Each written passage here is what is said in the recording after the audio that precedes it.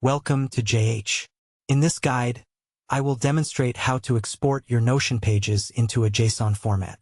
This process is quite straightforward. First, open the specific page you want to convert. Navigate to the top right, click the three dots, and select the export option. Choose PDF as your format and then hit export. When the Save window appears, name your file PDF to JSON and click Save. Now, head over to docstrans.nanonets.com and sign in with your Google account. Click the Select File button and choose the PDF you just exported from Notion. Make sure to select the flat JSON option before clicking on Extract Content. The website will process your file and convert it into a JSON format in just a few moments. Once finished, you can see a preview of your data.